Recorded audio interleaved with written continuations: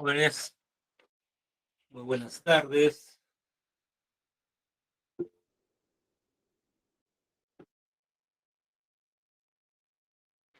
Buenas tardes, Jordan, Valeria, Hans, Daniel. Muy bien, jóvenes. A ver, un breve repaso de lo que vimos la semana pasada. ¿Qué filósofo decía que la realidad tenía un movimiento tesis, antítesis, síntesis? Afirmación, negación y negación de la negación. Muy bien, Hegel.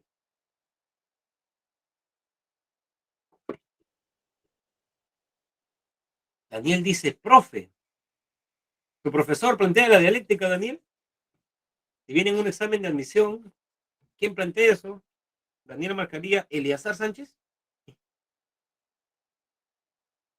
Claro, yo lo dije, pero yo dije que Hegel lo decía, algo así, ¿no? ¿O a qué te refieres, Daniel? No, no sé si quieres preguntar algo.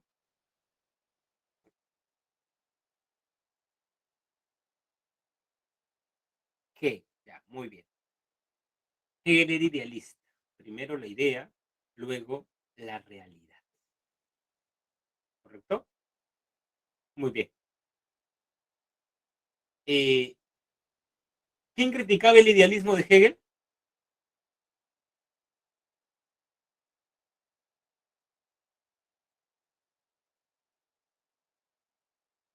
Ah, ya. Perfecto, Daniel.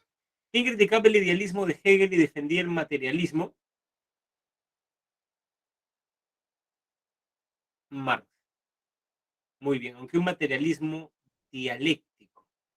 Y cuando lo hago para interpretar la realidad, es un materialismo histórico. Y la tesis fundamental es que si quiero comprender a una sociedad, debo, estimados jóvenes, comprender sus relaciones sociales de producción, porque es la estructura económica la que determina la superestructura económica.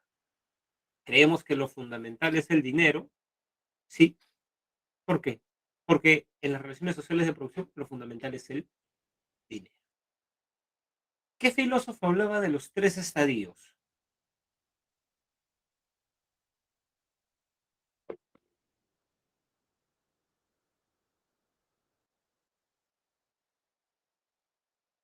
Muy bien. Por ejemplo, jóvenes, yo creo que todas las cosas tienen cuatro causas: material, formal, eficiente y final.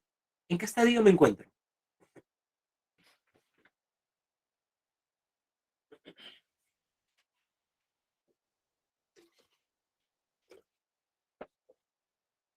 Muy bien, en el metafísico. Muy bien, jóvenes, van bien para su examen. Muy bien. Y Nietzsche criticó, digamos, esta tendencia de la sociedad occidental a despreciar la vida, ¿correcto? Entonces, esto se manifiesta primero en la filosofía griega, que prevalece o en la que prevalece la razón versus los instintos, o el espíritu apolíneo versus el espíritu dionisiaco, ¿correcto? ¿No? Muy bien, uno. ¿No? Después, estimados jóvenes, en el cristianismo, donde está la moral del esclavo, el que se reprime, el que cree que la castidad es un valor, digamos, el que cree que todos son iguales, pero Nietzsche critica esto versus la moral del amo, las jerarquías, afirmar los instintos vitales, someter a otros, voluntad de poder. ¿El superhombre dónde está? El superhombre está, jóvenes, en la moral del esclavo o la moral del amo.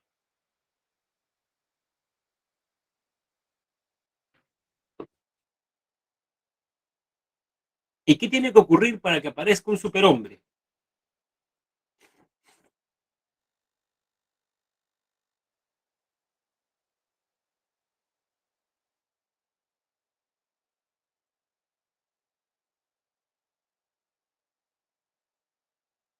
¿Qué tiene que aceptar el superhombre? ¿La muerte de quién? De su padre espiritual, podríamos, ¿no? Muy bien. Así es, ¿no? Más que matar a Dios, Valeria, aceptar que Dios ha muerto, porque los mismos cristianos han matado a Dios al hablarnos muy bonito y al hacer otra cosa. Esa incoherencia, ¿correcto? Muy bien, jóvenes, los felicito, veo que están repasando, así que continuemos. Bien, jóvenes, no había tomado el screenshot correspondiente, así que en el momento lo hago. Muy bien.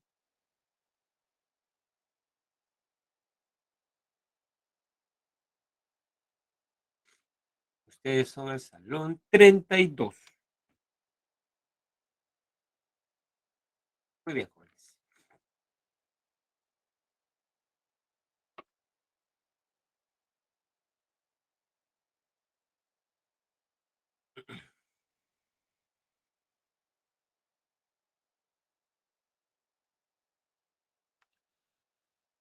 ¿Se puede ver, jóvenes, lo que estoy proyectando?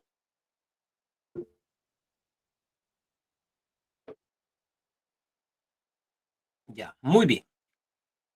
Filosofía en Latinoamérica, estimados jóvenes, y en el Perú. Filosofía en Latinoamérica y en el Perú. ¿Por qué se decide tener una semana de este tipo, jóvenes? Puesto que hemos visto filósofos franceses, alemanes, ingleses. Entonces, ustedes en algún momento, Jacqueline, ¿quieres preguntar algo? Porque desde que inicié el salón, la mano está alzada, la mano de Jacqueline Manzano. ¿No? Ya, muy bien. Entonces, estimados jóvenes, eh, ustedes en algún momento se van a preguntar, ¿pero acaso no hay filósofos latinoamericanos, argentinos, mexicanos, peruanos? Y un poco para no dejarlos con ese vacío cognitivo, estimados jóvenes, es que tenemos esta, esta semana, ¿correcto? Muy bien. Dos problemas fundamentales, estimados jóvenes, ¿no? De la filosofía en Latinoamérica y en el Perú. El origen. ¿Cuándo se inicia la filosofía en Latinoamérica? A mí siempre me gusta dirigir bien las preguntas. Voy a ser un poco más provocador. ¿Hubo filosofía inca, filosofía chimú, filosofía moche? ¿No? Ahora que está de moda ese huaco, digamos, ¿no? Con un falo exorbitante. Había filosofía en la cultura moche, la filosofía nichana, dicen. Muy bien. Había filosofía en la cultura moche, en la filosofía, en el mundo inca. ¿Qué creen ustedes?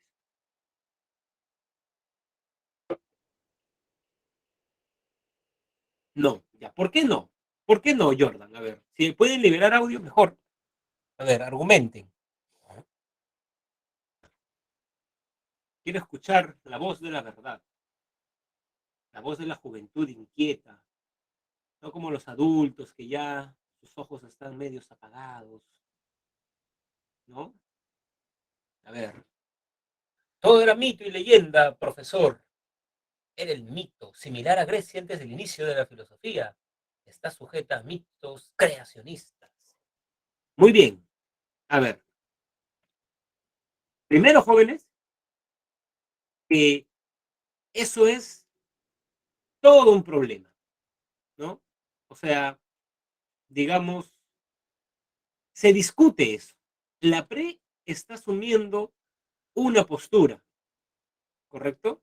La PRE está asumiendo una postura que no había, pero no es que se hacía, está asumiendo la postura de Salazar Bondi, ¿correcto? Que es un poco lo que han dicho ustedes, Jordán lo ha explicado, que claro, que había lo que existía antes del surgimiento de la filosofía en Grecia, estaba Zeus, Apolo, Dionisios y más. Entonces, eso había. Claro que explicaban el mundo, no quiere decir que no pensaban, sí pensaban, pero sus explicaciones eran mitológicas, ¿correcto? Predomina el mito y el conocimiento técnico, ¿correcto? Cuando llegan los españoles, estimados jóvenes, surgió la filosofía, ¿correcto? De nuevo, esto es lo que cree Salazar Gondi. Ya si alguna vez, digamos, ya cuando vayan a la universidad, hay una semana donde se discute eso, ¿no? Cosmovisión y filosofía, ¿no? Ahí van a ver que hay algunos como Joseph Esterman, León Portilla, que creen que sí hubo filosofía, ¿correcto? Yo creo que sí había, sino que por culpa de los españoles se borró, se eliminó. Interesante. Claro, a ver, Brian, le hago una pregunta a todos. ¿Qué libro puedo leer, estimados jóvenes, para saber si hubo filosofía o no en el mundo antiguo? Por ejemplo, para saber si hubo filosofía o no en Grecia, puedo leer los diálogos de Platón y decir, a ver, ¿están o no? ¿Hay filosofía o no? Pero en el caso de los incas, ¿qué puedo leer?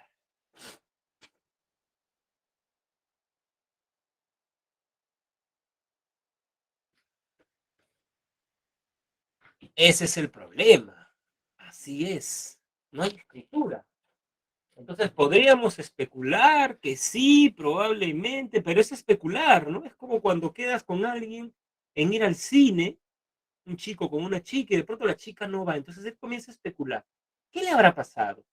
Creo que solamente quiere ser mi amiga, o quizás se olvidó, la llamas no contesta, o quizás especulas, y eso es especular, ¿no? Sin tener nada, ¿no? Digamos, ¿no?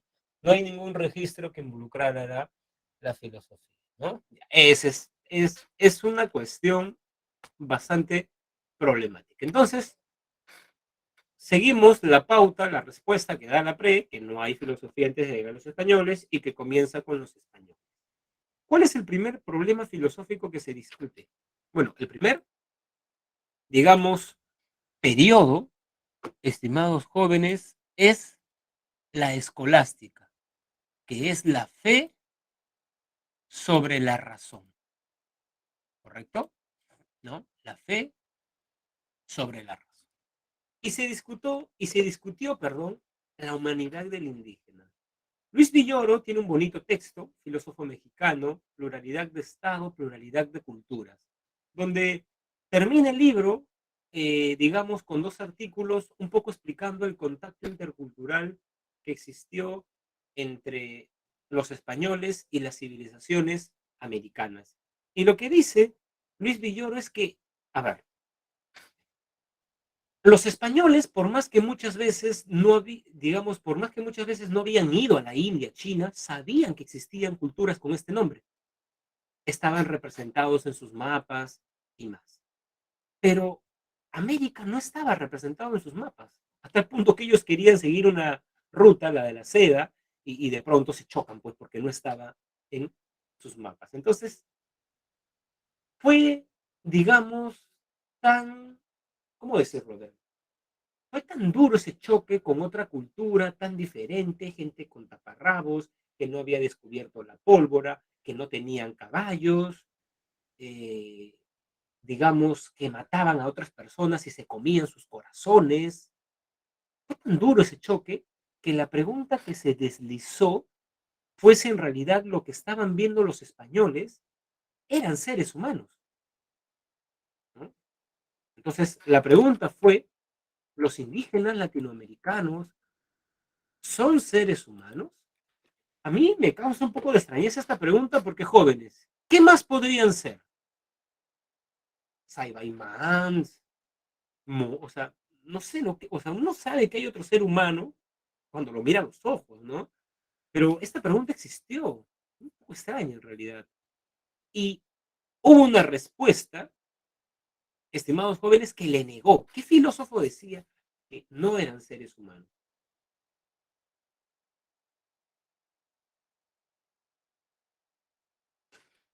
Seguramente lo veían como nosotros vemos a un mono. Claro, pero es que el mono no habla, Smith, ¿no? Nosotros sí. Tenían templos, habían andenes, o sea, había cierto desarrollo, ¿no? Por eso me sorprende. Pero bueno, ¿quién dijo que no? Que no son seres humanos.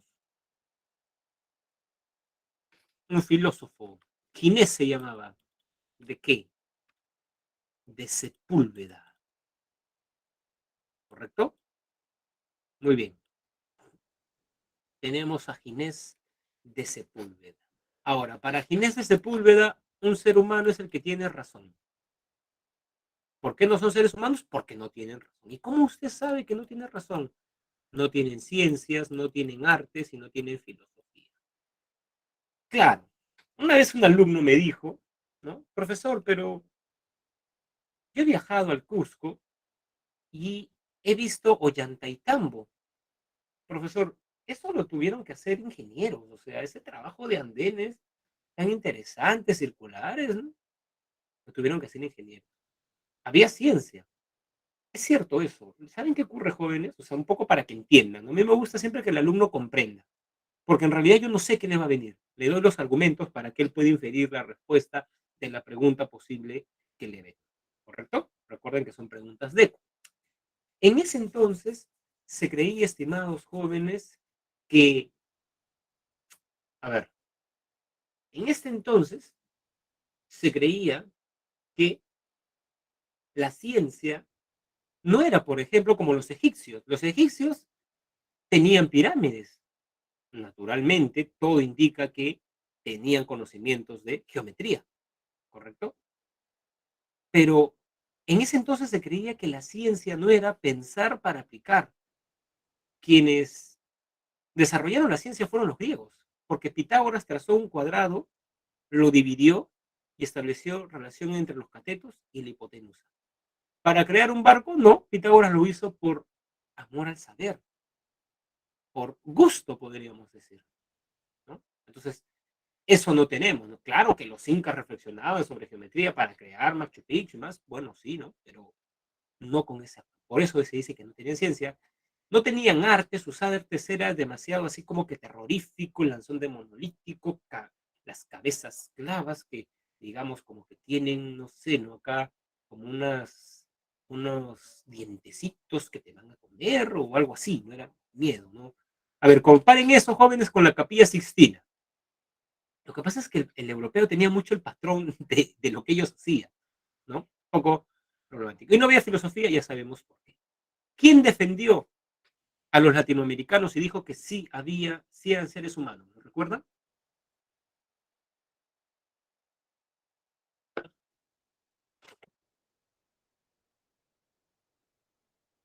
Muy bien. Bartolomé de las Casas. Respuesta afirmativa. Si son seres humanos, pues poseen razón. Ahora, quiero que entiendan también cómo entendía Bartolomé de las Casas la razón. La razón también es la capacidad de distinguir lo verdadero de lo falso. ¿Correcto? Esa es la definición. Los indígenas latinoamericanos eh, creían en una religión falsa, el politeísmo. ¿Correcto? ¿No? Y, estimados jóvenes, cuando llegaron los españoles trajeron la religión verdadera, el monoteísmo, el cristianismo. Y muchos de ellos, en la elección entre elegir religión falsa y religión verdadera, eligieron la religión verdadera. Lo que prueba que tenían la facultad de discernir lo verdadero de lo falso, en este caso, la religión verdadera, la religión falsa, ¿no? Los indígenas conversos son la prueba, ¿correcto? Ellos se encontraron en la ciudad de Valladolid, por eso se conoce la controversia de Valladolid. Les voy a dejar una película muy bonita. En la universidad yo les, digamos, envío a ver esa película a los jóvenes y debatimos, ¿no? ¿Correcto? Como, digamos, ¿quién ganó? Fue un debate histórico, se encontraron, no fue un debate entre libros, entre cartas, no, se encontraron, se vieron las caras. ¿Quién ganó?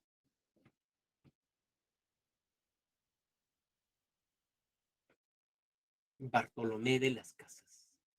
Así es. Y se declaró a los indígenas seres humanos. ¿correcto? ¿No? ¿Correcto? Muy bien, muy bien. ¿No? Ahora, Ginés de Sepúlveda, que era traductor de Aristóteles, decía que la parte racional siempre debe dominar a la no racional. Por eso el alma debe dominar al cuerpo, por eso el varón debe dominar a la mujer, y si el indígena latinoamericano no tiene razón y el español sí, él lo debe dominar. Entonces la guerra es justa. Si se resiste, violencia. Bartolomé criticaba la violencia. ¿Por qué? Porque los españoles habían venido a difundir el cristianismo. Para el cristianismo todos somos iguales. Los indígenas son seres humanos, son nuestros hermanos y hay que tratarlos con amor. ¿Correcto? Muy bien, continuemos. Ilustración, la época de las luces. Razón sobre fe. ¿Correcto? Razón sobre fe. ¿No? Muy bien. Ahora, claro, como estaba sometida a la fe y la razón, en la ilustración se habló de la independencia de la razón respecto de la fe. Pero esa independencia en Latinoamérica se interpretó como una independencia política. Y al menos en el Perú comenzaron a hablar de la independencia, ¿correcto? ¿No? Los separatistas, la sociedad amantes del país, su órgano de expresión, el Mercurio peruano.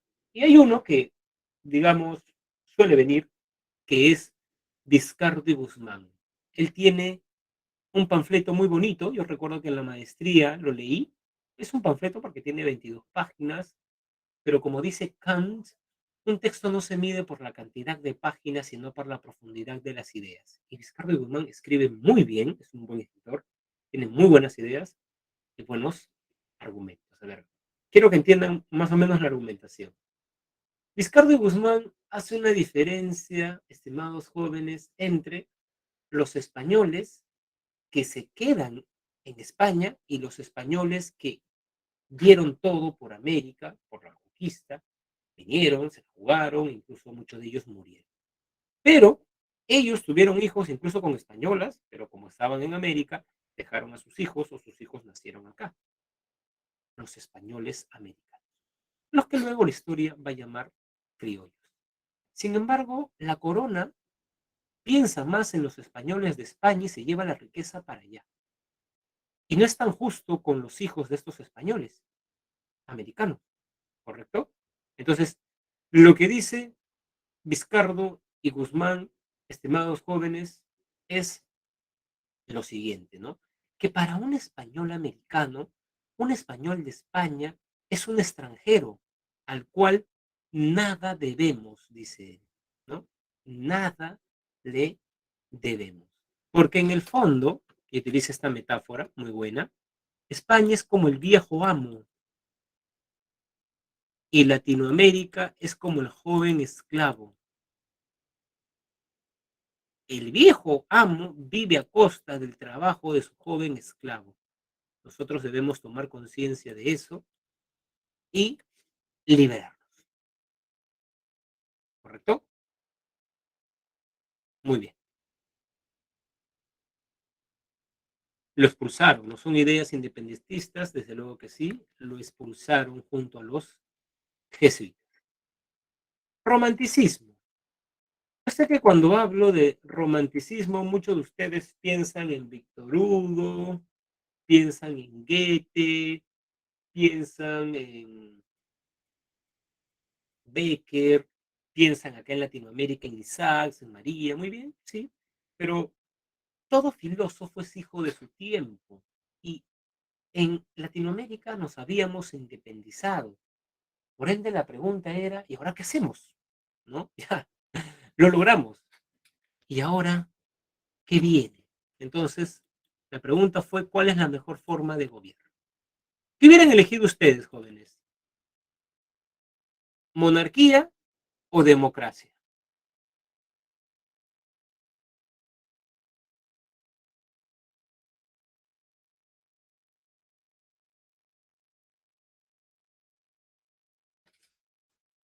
Valeria, la monarquía. Muy bien, Valeria. Usted es conservador, entonces, o hubiera sido conservador en ese entonces.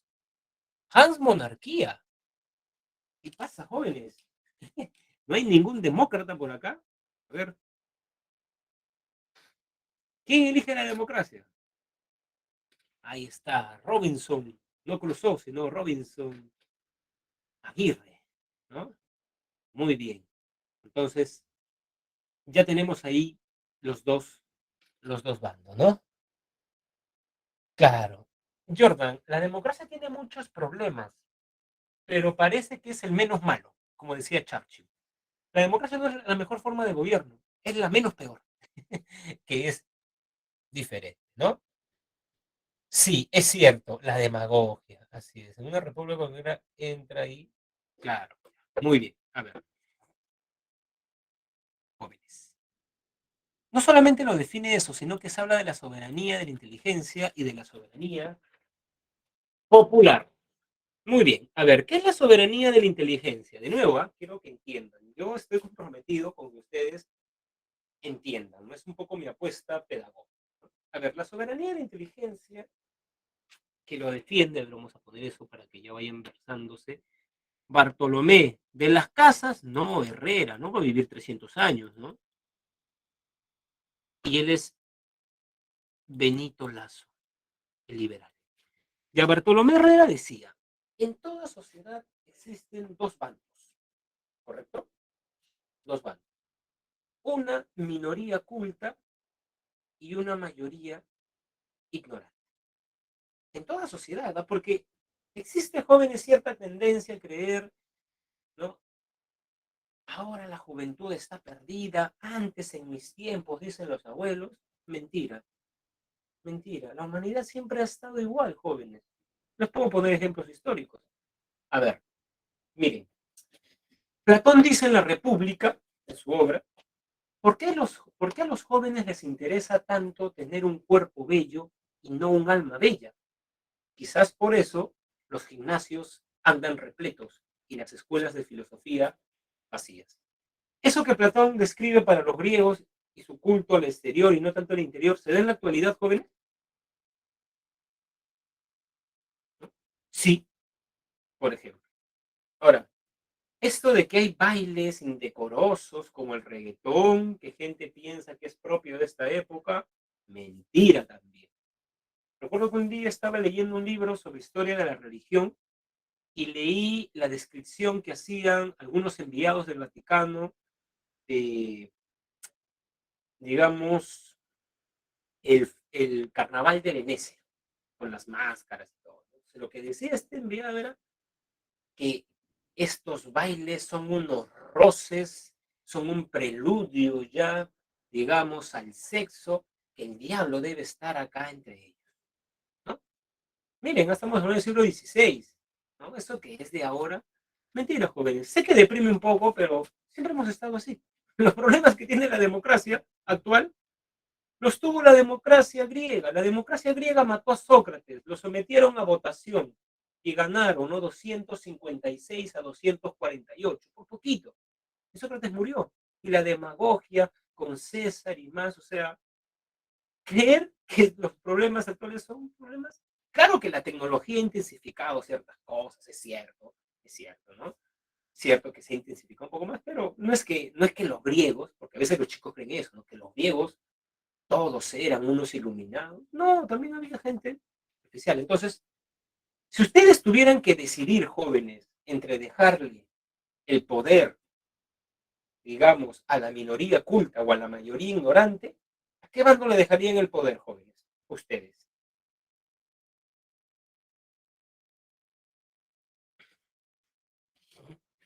A la minoría culta, en una, dice, Juan, dice Valeria. Ya, muy bien. Igual Valeria, nunca diga en una, piense siempre, ¿no? Su respuesta es minoría culta. Ya, ustedes, incluso jóvenes, suelen respetar a la minoría culta. O sea, ustedes respetan la autoridad cuando se basa en la inteligencia, ¿no? Tienen un litigio familiar y se asesoran con un abogado, autoridad. Él va a defender el caso porque él ha estudiado leyes. Cuando llevan el curso de biología, respetan la autoridad de su profesor porque ha estudiado pregrado, posgrado, tiene tesis y más.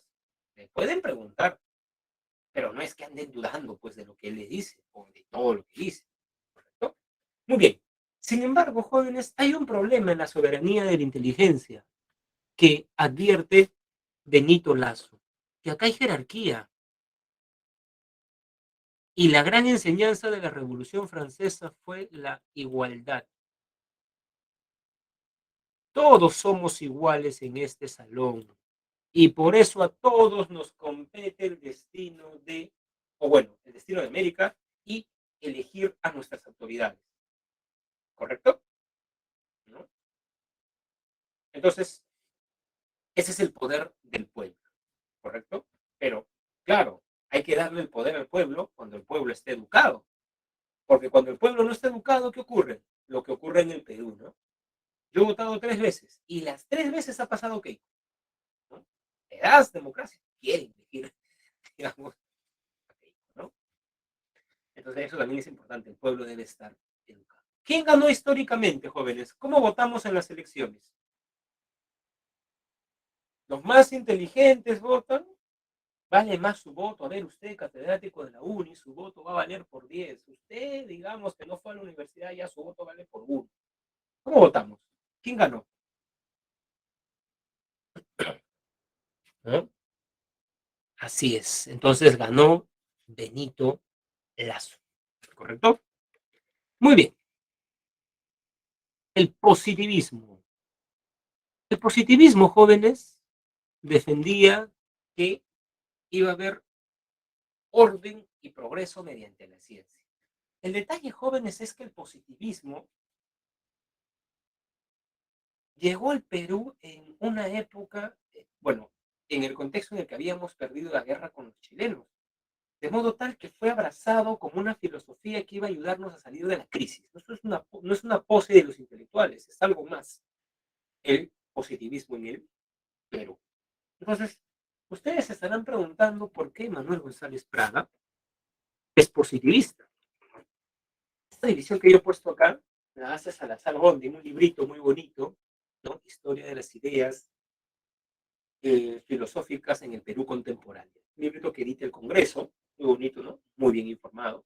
Y claro, Salazar Bondi, recuerdo perfectamente, pone una cita de Manuel González Prada, ¿no? De un libro que se llama El tonel de Diógenes, donde González Prada defiende su anarquismo, pero también eh, pone una cita donde dice más o menos lo siguiente, ¿no? No lo recuerdo tal cual, pero la idea es la siguiente. En milenios de filosofía y religión, Occidente avanzó poquísimo. Tan solo le bastaron 3 siglos de ciencia positiva, siglo XVII, XVIII y XIX, para que Occidente avance lo que no avanzó en milenios con filosofía y teología. Entonces, dice González Prada, si el progreso tiene que ver con la ciencia, ¿qué se hace enseñando tantos cursos de filosofía y religión? Si eso no sirve, eso no ha hecho progresar a ningún pueblo. Es cierto eso, lo que dice González Prada. Entonces, esta cita yo la interpreto personalmente que González Prada está asumiendo un poco la filosofía de la historia de Comte. Estadio metafísico, estadio teológico, metafísico y positivo. Si estamos en el positivo, ¿qué hacemos enseñando cursos de filosofía y, correcto? Entonces, más ciencia en los colegios. Y bueno, González Prada ya saben que no fue a la universidad, Mariátegui tampoco, ¿no? Muchos de los grandes intelectuales no fueron a la universidad, ¿no? Esto es interesante, ¿no? Muy bien. Acá tenemos al profesor de la Facultad de Derecho, Manuel Vicente Villarán. Que dice, bueno, no todos van a ser científicos, educación técnica en el colegio, entonces, para la mayoría. Porque en una industria no solamente se necesitan científicos, necesitan técnicos. Entonces, Manuel Vicente Villarán estaría de acuerdo con que se creen, digamos, institutos como Senati, Exud y cosas por el estilo, ¿no? Muy bien. Espiritualismo. El espiritualismo, jóvenes, es un movimiento que surge eh, en la misma, podríamos decir, en la misma Francia. Henri Bergson critica el reduccionismo del positivismo. Pero a ver, ¿qué quiere decir eso? Hay un problema en el positivismo, según Bergson, que consiste en creer que la ciencia nos va a servir para solucionar todos los problemas habidos y por haber. ¿Correcto? ¿No? Por ejemplo, jóvenes, ¿qué saber humano le da sentido a la vida y lo ha demostrado históricamente? ¿La ciencia o la religión?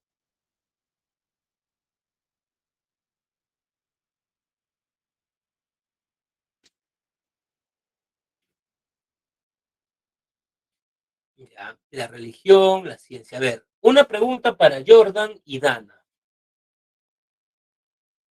¿En qué país se suicidan más? ¿En Japón o en el Perú?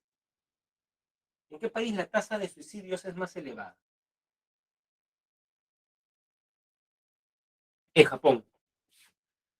Entonces, si Japón es una sociedad más científica y más tecnológica que el Perú, y el índice de creyentes es más elevado en el Perú, eso muestra, un ejemplo así, digamos, ¿no? Que muestra que la ciencia no le da sentido a la vida, no da bienestar, sí, ciertas comodidades, sí, correcto, pero sentido a la vida, eso lo ha hecho mejor la religión y lo sigue haciendo además, correcto, ¿no? Entonces, ahí está un límite, por ejemplo.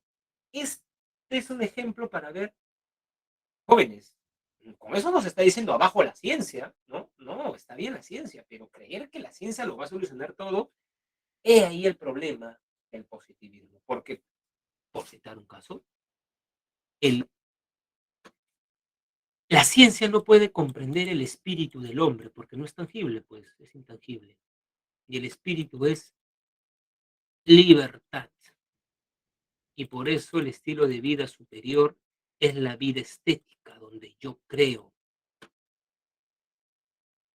¿correcto? ¿No?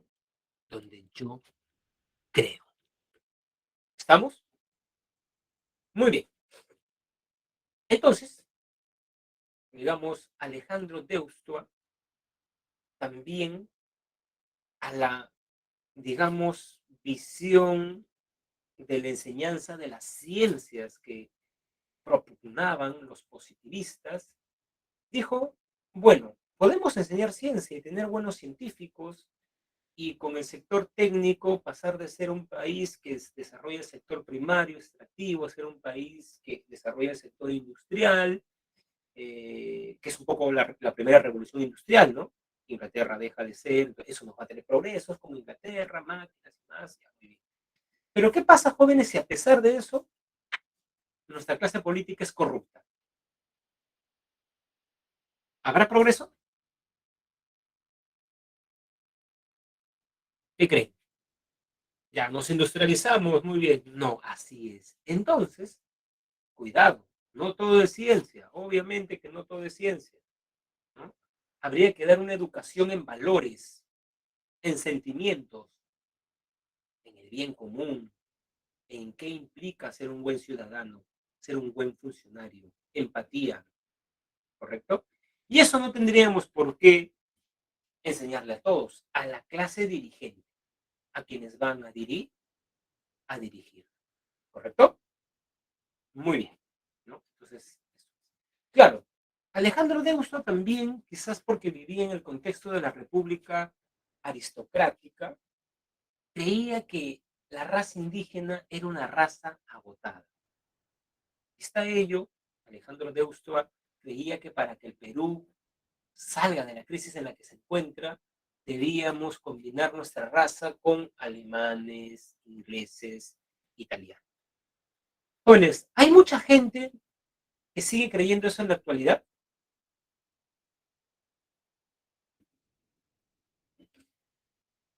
O sea, que hay razas mejores, que hay que mejorar la raza.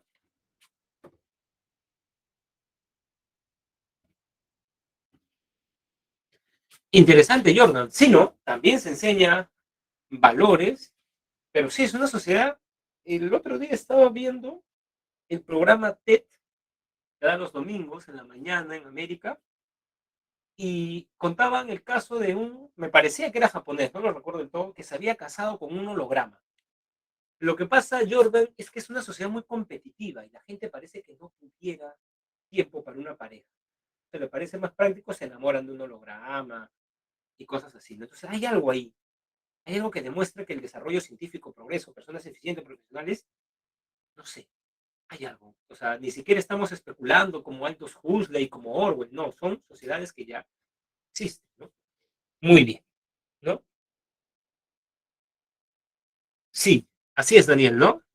Se casó, el chico se casó, ¿no? Con su holograma. Yo lo vi con mi pequeña hijita eh, y decíamos que extraño, ¿no? O sea, que, que, que ocurra eso, ¿no? Pero bueno, ¿no? Ocurre, ¿no? Correcto. Entonces, jóvenes, de nuevo, volvemos a la pregunta. ¿Hay gente que sigue creyendo que hay razas superiores? ¿No? Ya sabes, hija, tienes que mejorar la raza, ¿no?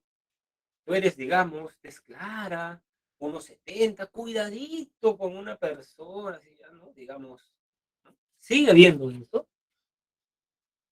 Una raza distinta, ¿cómo es eso? Muy bien, ¿no? Entonces, sigue habiendo eso, el racismo, ¿no, jóvenes? El clasismo, ¿no? Y eso se ve cuando una persona se casa con un extranjero. De pronto la familia dice, no, acá está mi sobrina, digamos, mejoró la raza, ¿no? Sus hijos van a ser rubios, ojos verdes, ¿no? Entonces, esto un poco para que entiendan, porque alguien podría preguntar, profesor, ¿y por qué nos enseñan ideas tan antiguas? Porque no lo hemos superado. Así de simple, ¿correcto? Muy bien. Teología de la liberación, ¿no? Teología de la liberación. ¿Qué filósofo decía que la religión es el opio del pueblo?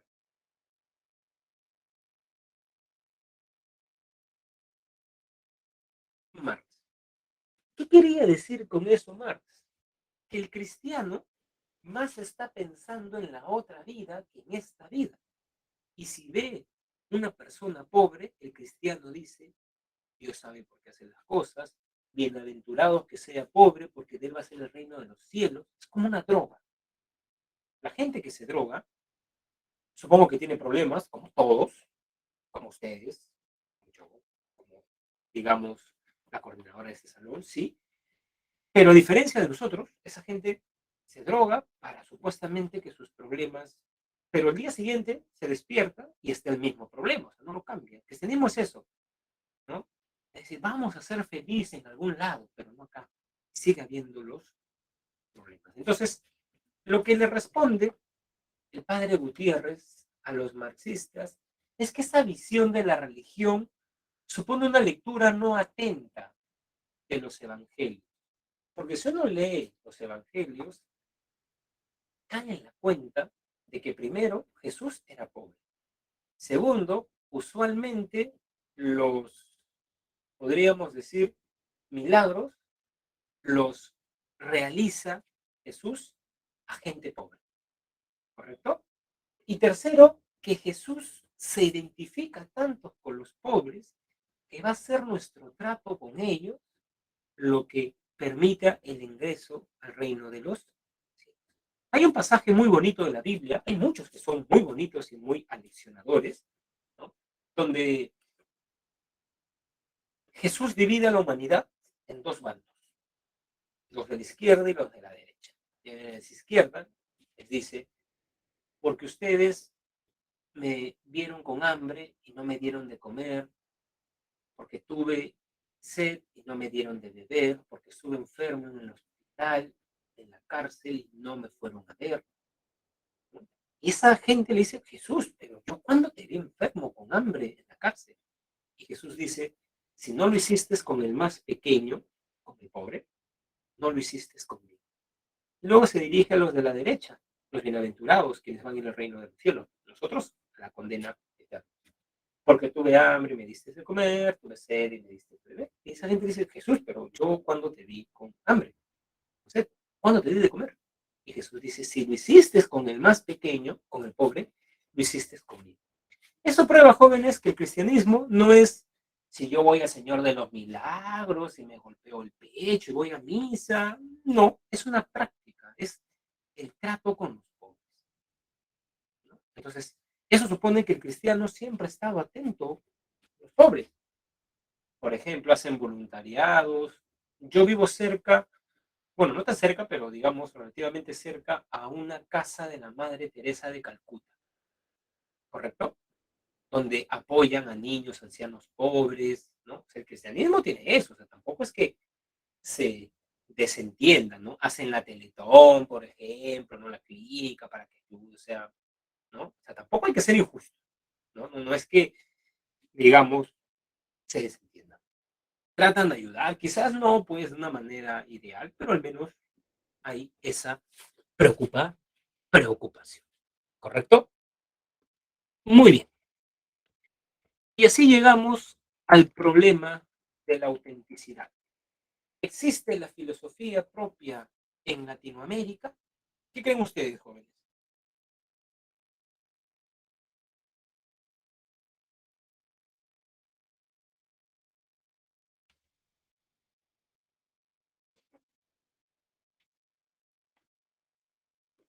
No, dice Valeria. Ya Valeria estaría con Salazar Bondi. La filosofía es imitativa, inauténtica y alienada. Cada concepto significa una cosa distinta.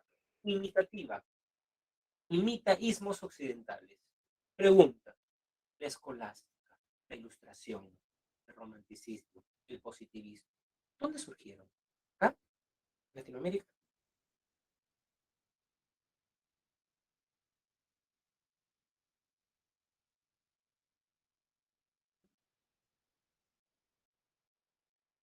En Europa.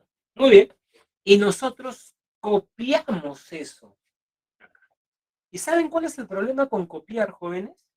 Que cuando tú copias una ideología, una filosofía que surgió en Europa, esa filosofía surge para resolver problemas europeos. Ejemplo, el marxismo. Marx dice en el Manifiesto Comunista, el marxismo es una filosofía útil para las sociedades europeas capitalistas desarrolladas. ¿No? ¿Cómo así, profesor?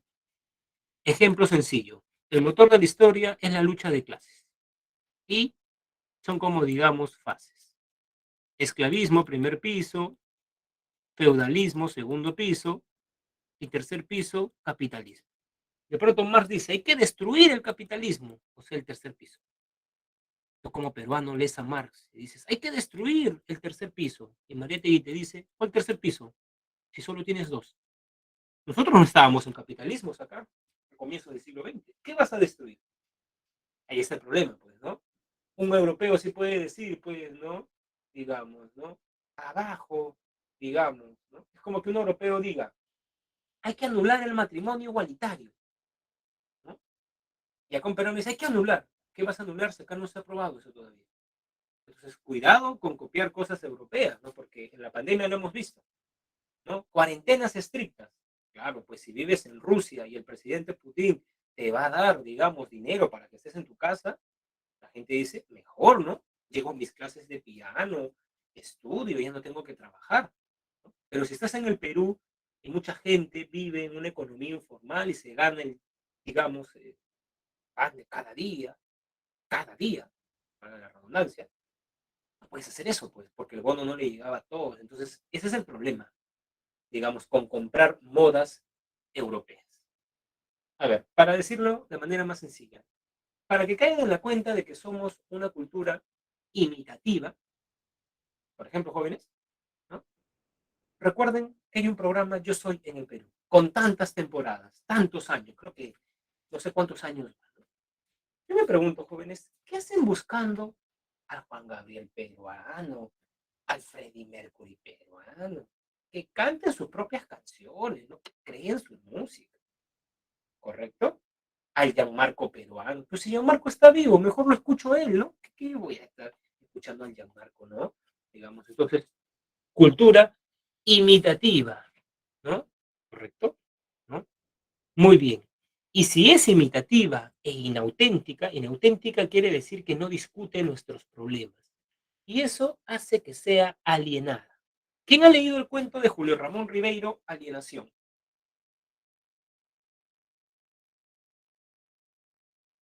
Es en la palabra del mudo.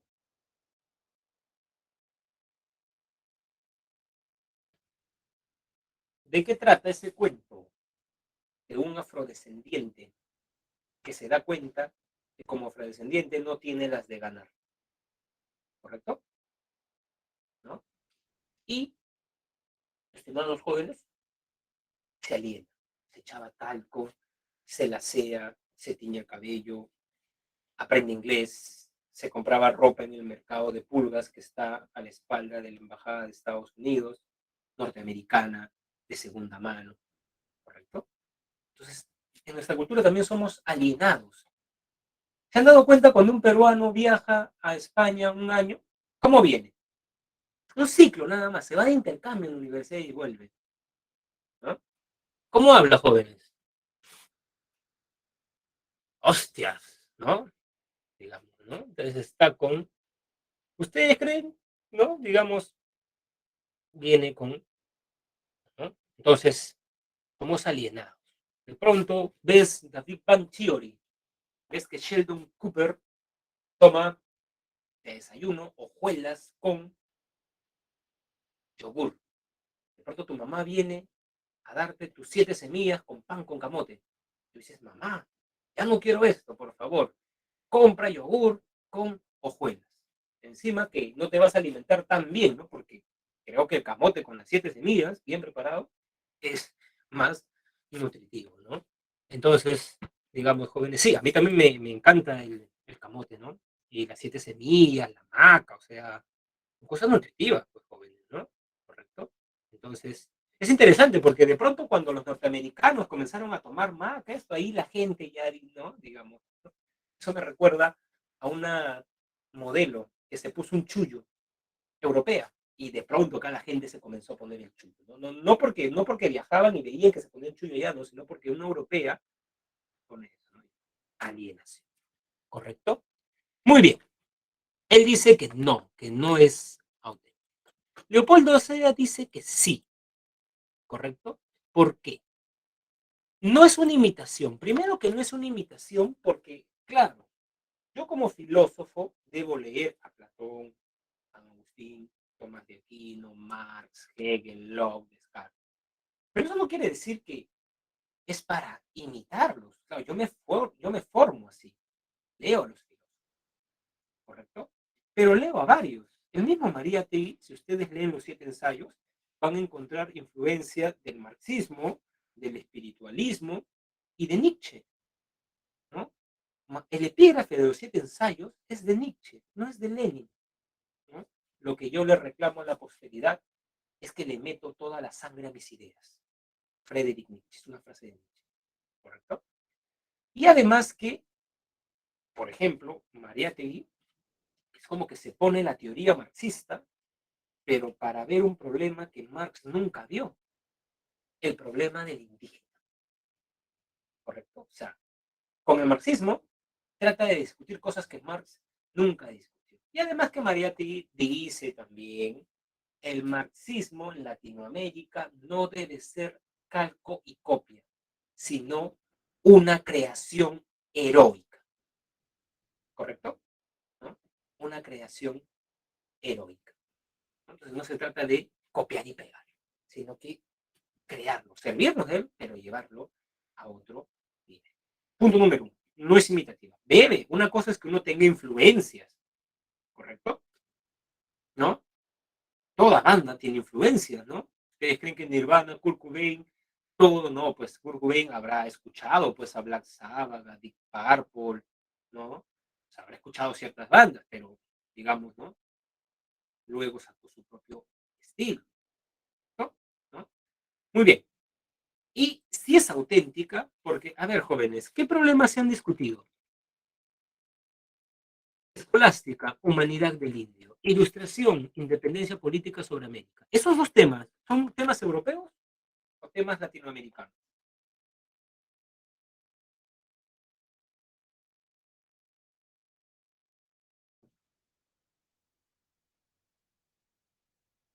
¿No? Así es, europeos, ¿no? Correcto, ¿no? Europeos, así es. Perdón, ustedes han dicho son temas europeos. Valeria, discutir la humanidad del indígena es un tema europeo. Reflexionar sobre la independencia política de América es un tema europeo. O sea, la ilustración es europea, pero lo que se discutió acá es europeo.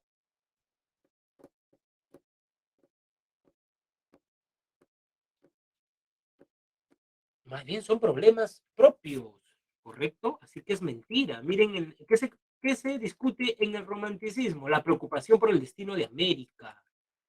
Es más, esta pregunta con la que confluyen, con la que confluyen Salazar y Leopoldo Sea, estimados jóvenes, ¿es un problema europeo o latinoamericano?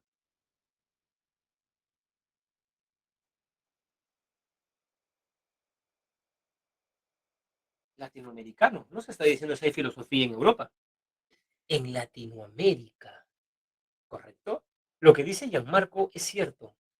Claro. ¿Quiénes discutieron sobre los indígenas? Españoles.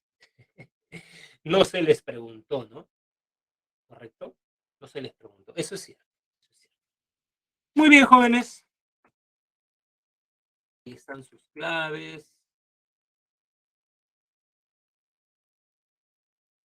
Y un par de programas que estoy seguro que los van a ayudar, ¿no?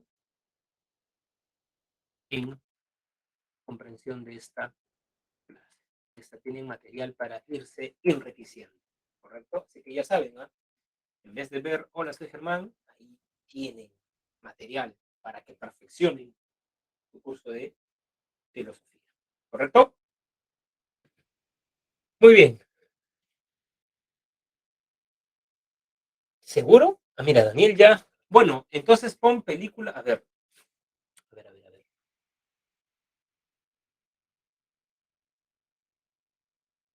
Cierto, es cierto lo que usted dice. Entonces, la controversia de Valladolid. Ya,